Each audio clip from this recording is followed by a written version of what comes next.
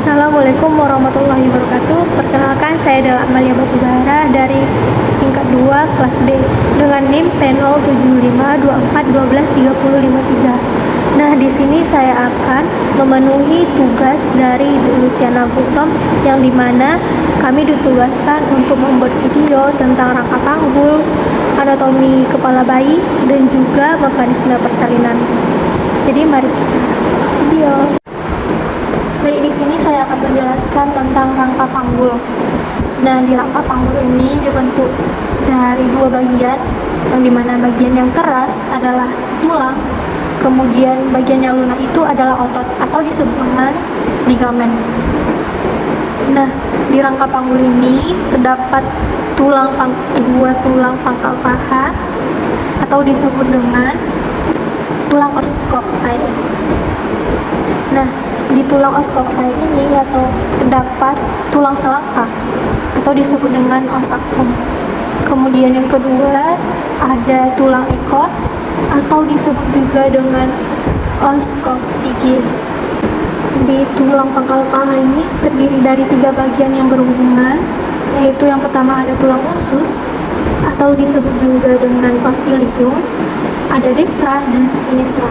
Kemudian ada tulang duduk, itu os ischium, ada destra dan sinistra juga. Kemudian ada tulang kemaluan atau disebut dengan os pubis.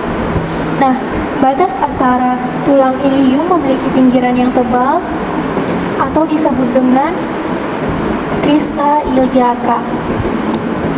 Di depan crista iliaca ini terdapat benjolan atau disebut dengan sias, yaitu spina iliaca anterior superior. Nah, di bawah dari sias ini terdapat benjolan yang disebut dengan siai, yaitu spina iliaca anterior interior. Nah, di bagian belakang crista iliaca terdapat benjolan atau disebut dengan sips, yaitu spina iliaca posterior superior. Di bawah sips ini terdapat benjolan yang disebut dengan sipi, yaitu spina iliaca posterior interior. Di bawah sipi ini terdapat benjolan yang besar yang disebut incisura ischiadica major. Di bawah incisura ischiadica major ini terdapat lengkukan, yaitu spina ischiadica. Di bawah spina ischiadica ini terdapat benjolan itu disebut incisura ischiadica minor. Kemudian pada os ilium. Pada os ilium ini terdapat lajur yang disebut dengan linea terminalis atau linea innominata. Nah, linea ini adalah batas antara panggul besar dan juga panggul kecil, atau panggul atas dan juga panggul bawah. Nah, kita lanjut ke tulang duduk. Tulang duduk ini berfungsi untuk menopang badan kita saat duduk, yang disebut dengan tuber ischiadicum. Kemudian tulang kemaluan atau os pubis dibatasi oleh 2 lubang, disebut dengan foramen obturatorium. Di samping foramen obturatorium ini terdapat mangkuk sendi yang ada di destra dan sinistra kanan dan kiri, disebut dengan acetabulum. Tangkai tulang kemaluan atau os pubis yang berhubungan dengan tulang usus atau os ilium disebut ramus superior os pubis. Kemudian tangkai tulang os pubis atau tulang kemaluan yang berhubungan dengan tulang duduk disebut ramus inferior os pubis. Nah, ramus kiri dan ramus kanan atau ramus destra dan sinistra berbentuk segitiga yang disebut arcus pubis. Tulang selangka atau osakum yang berbentuk segitiga dari sini ke sini bisa disebut foramina saccharia anterior. Nah, di osakum ini terdapat lubang-lubang. Nah, lubang-lubang ini akan dilalui oleh urat-urat saraf yang berbentuk plexus sacralis. Selanjutnya itu di atas sacrum terdapat promontorium. Nah, baik kita ke belakang. Nah, di belakang ini terdapat cuat-cuat berduri. Ini biasa disebut dengan crista sacralis. Nah, bagian terakhir yaitu tulang tungging atau tulang ekor atau os coccyx memiliki 3-5 ruas yang bersatu. Nah, tulang ini apabila pada persalinan ujungnya dapat sedikit bergerak. Nah, tujuannya itu untuk memperbesar pintu bawah panggul atau PBP. Nah, kita lanjut bidang-bidang panggul. Kita lanjut ke bidang-bidang panggul. Pada panggul ini memiliki 4 bidang, yang dimana ada bidang pintu atas panggul, bidang sempit panggul, kemudian bidang luas panggul, kemudian ada pintu bawah panggul.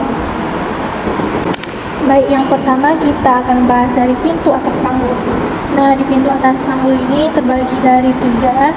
Nah, ukuran yang pertama yaitu muka belakang. Seperti ini. Dari promontorium ke simplicis pubis, ukurannya yaitu 11 cm. Kemudian yang kedua yaitu ukuran transversal.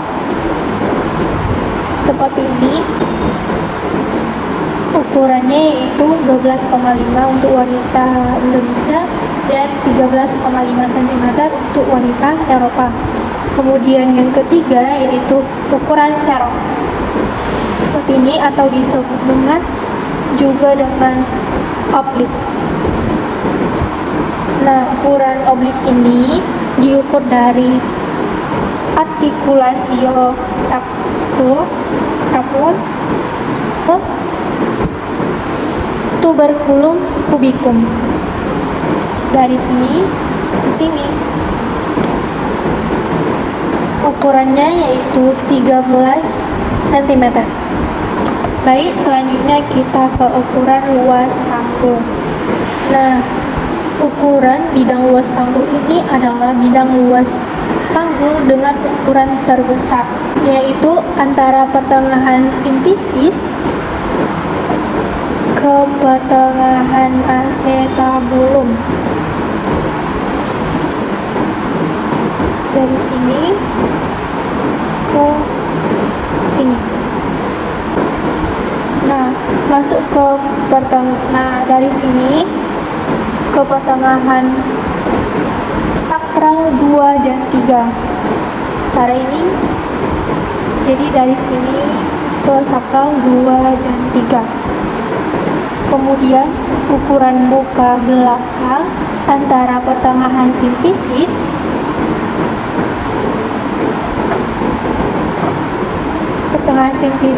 ke pertengahan sakral 2-3, ukurannya itu 12,75 cm. Selanjutnya yang terakhir yaitu ukuran melintang dari pertengahan acetabulum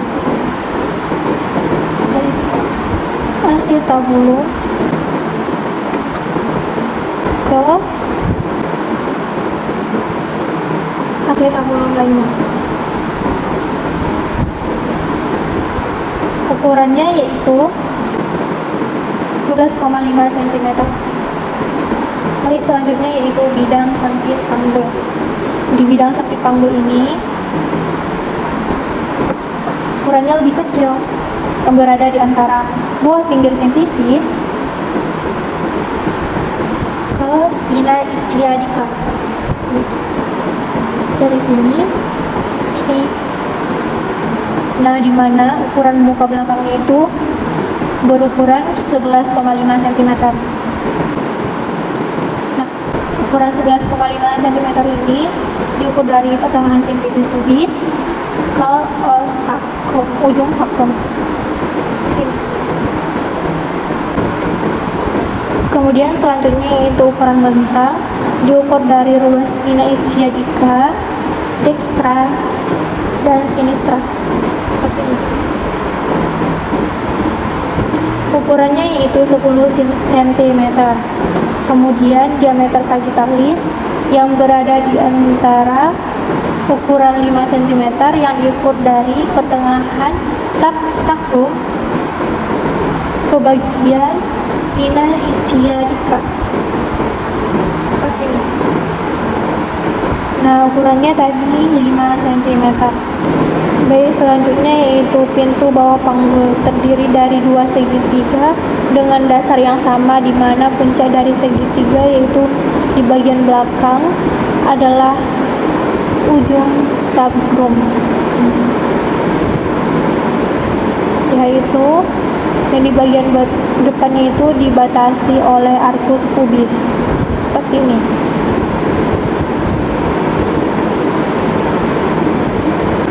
Nah, pada bawah panggul ada 3 ukuran. Yang pertama ukuran muka belakang yang dimulai dari bawah simfisis ke ujung sakrum.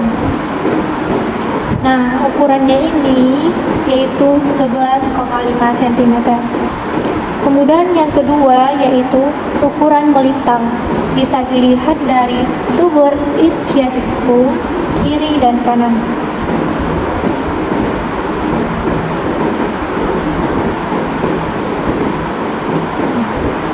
Ke sini. Kemudian diameter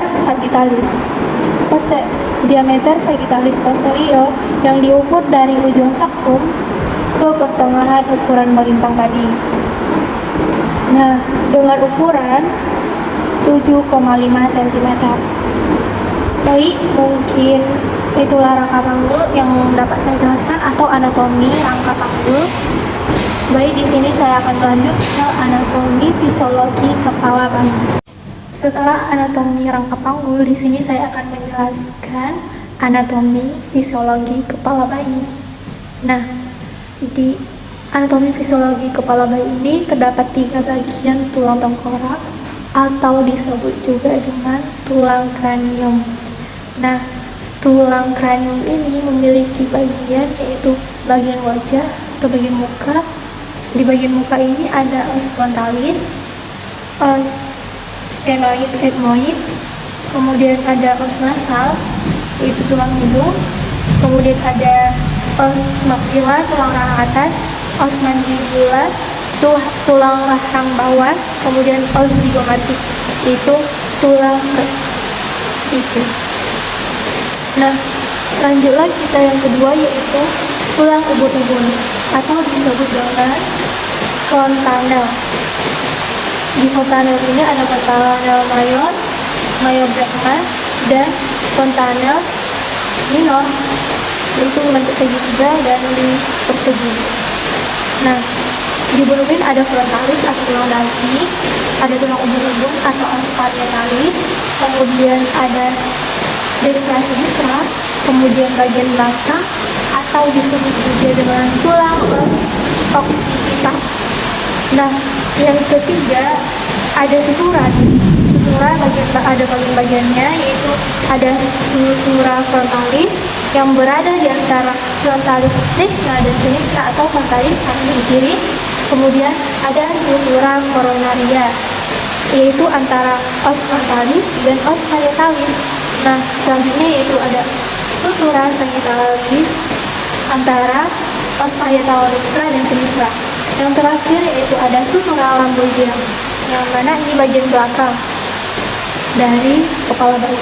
Nah, masuklah kita ke ukuran-ukuran kepala bayi. Di ukuran kepala bayi ini kita akan membahas 2 bagian, yaitu diameter dan ukuran kelilingnya atau disebut juga ukuran sirkumferensial. Nah, yang pertama kita akan membahas tentang diameternya. Diameternya yaitu dari diameter occipito ke frontalis atau occipito frontal itu 12 cm. Kemudian diameter mento occipito ukurannya yaitu 13,5 cm. Kemudian diameter suboccipito bregmatica ukurannya yaitu 9,5 cm. Sedangkan diameter biparietalis itu 9,25 cm. Kemudian diameter di temporalis itu ukurannya 8 cm. Nah, kita lanjut ke ukuran sirkumferensial atau ukuran keliling. Nah, ukuran keliling atau sirkumferensial fronto-occipito yaitu 34 cm. Kemudian sirkumferensial mento-occipito ukurannya 35 cm. Sedangkan yang terakhir yaitu sirkumferensial suboccipito bregmatica ukurannya yaitu 32 cm. Nah, mungkin itu saja penjelasan tentang anatomi fisiologi kepala bayi. Semoga bermanfaat. Nah, kita lanjut ke anatomi fisiologi mekanisme persalinan. Baik, selanjutnya di sini saya akan menjelaskan tentang mekanisme persalinan. Nah, mekanisme persalinan yang memiliki beberapa tahap. Yang pertama yaitu tahap engagement, yang dimana tahap ini tahap masuknya kepala janin ke pelvis.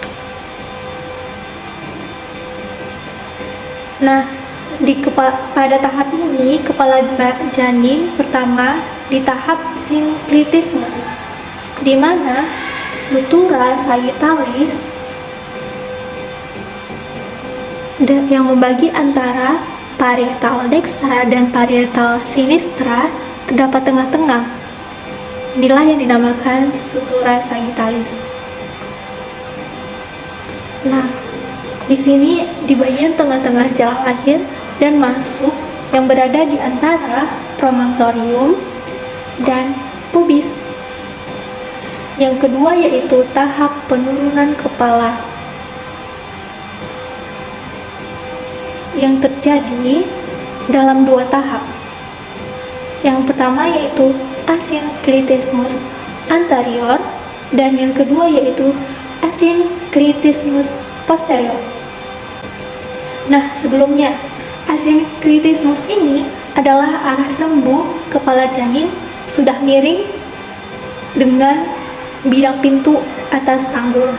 Nah, masuknya ke asinklitismus anterior, yang dimana asinklitismus anterior ini adalah posisi di mana kepala janin lebih dekat atau mendekati promontorium.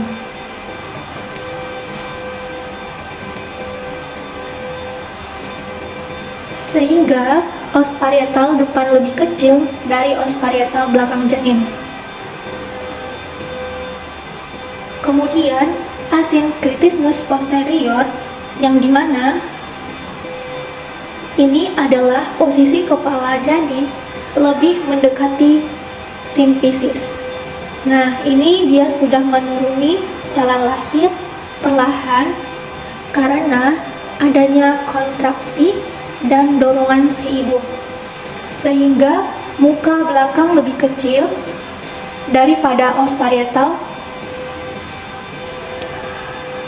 depan. Seperti ini. Kemudian tahap selanjutnya yaitu tahap fleksi. Tahap fleksi ini adalah posisi ketika dagu bayi menjauhi dadanya atau toraksnya, seperti ini. Nah, tujuannya ini untuk membuat kepala bayi menjadi lebih kecil untuk masuk ke pintu atas panggul di bagian spina ischiadica. Nah, bagian ini.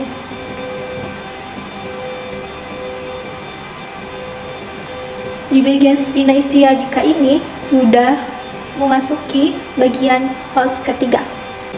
Yang keempat yaitu putar faksi dalam atau disebut rotasi internal. Tahap ini adalah putaran yang dilakukan oleh kepala bayi ketika masih di dalam rahim. Nah, ini berfungsi untuk menyesuaikan bidang dari panggul si ibu, yang dimana bentuknya yang tadinya miring seperti ini akan berputar perlahan menjadi lurus, jadi seperti ini. Kemudian yang kelima yaitu ekstensi, yaitu tahap yang dimana merupakan kebalikan dari fleksi tadi. Jadi fleksikan dagunya menjauhi dadanya atau toraksnya.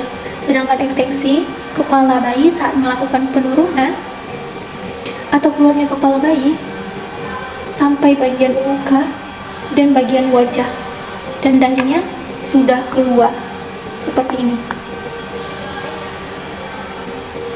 Nah, ketika bagian ekstensi ini sudah di luar rahim, masuklah kita ke tahap putar faksiluar atau rotasi eksternal, yang dimana putaran yang terjadi di luar rahim tergantung dari pengeluaran puki atau puka. Puki atau puka ini adalah punggung kanan atau punggung kiri. Jika puka terlebih dahulu, maka posisinya akan seperti ini. Nah, tujuan putar faksiluar ini untuk menyesuaikan puka dan puki. Kemudian yang terakhir yaitu ekspulsi, yaitu tahap terakhir, yang dimana tahap ini pengeluaran bahu memutar dari bahu atas dan bahu bawah. Kemudian layarlah bayi dan tanganilah sesuai SOP-nya. Nah, mungkin ini saja video tentang mekanisme persalinan. Semoga bermanfaat. Dan saya sudah melakukan video saya yang sebelumnya, yaitu rangkap panggul, kemudian anatomi fisiologi kepala bayi, dan yang terakhir yaitu mekanisme persalinan. Mungkin itu saja. Semoga bermanfaat.